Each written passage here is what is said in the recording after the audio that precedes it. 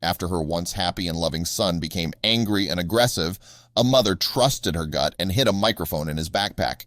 When the principal heard the recording, the boy's teachers were immediately fired. When parents send their children to school, they expect their teachers to care for their students like they were their own. That's why it was particularly horrifying for Melissa Davis, a loving mother, to learn that she had been offering up her child with special needs to his abusers each time she dropped him off for class.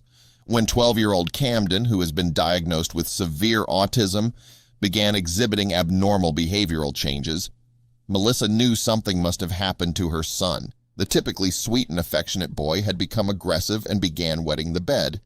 The intuitive mother suspected that his sudden personality change had to do with school. Since Camden couldn't communicate what was wrong, Melissa came up with the plan to hide a recording device in the child's backpack, WBRZ reported. After Camden came home from school, Melissa listened to what had been recorded that day in his class at Hope Academy in Baton Rouge. What she heard confirmed her fears.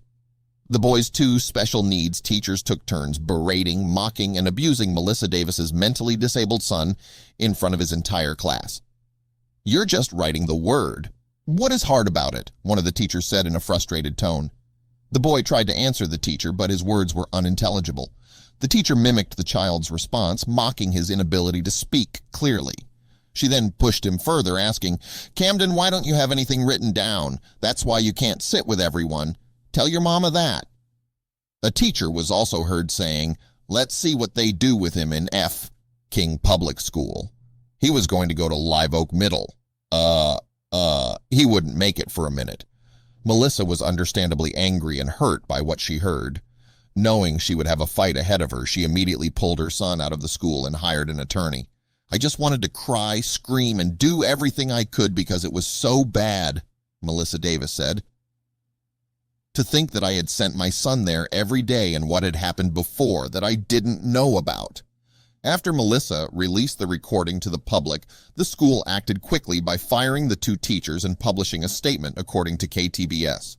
The recording appears to be a compilation of audio clips, many of which involve private conversations between two adults with no other person's children present, Hope Academy principal Linda Stone wrote. The recording contains regretful conversations between these adults. The parent never brought the recording to the attention of Hope Academy before posting it to social media. The parent has also refused to meet with Hope Academy to discuss the actions we have taken to address the issue. The persons involved in the communications are either no longer with the school or will no longer be with the school after this semester.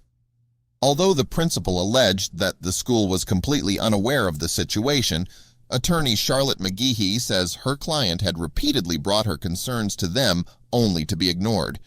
"She already had issues," McGehee said. "I would like to address where my son is seated, that my son has had a behavior change."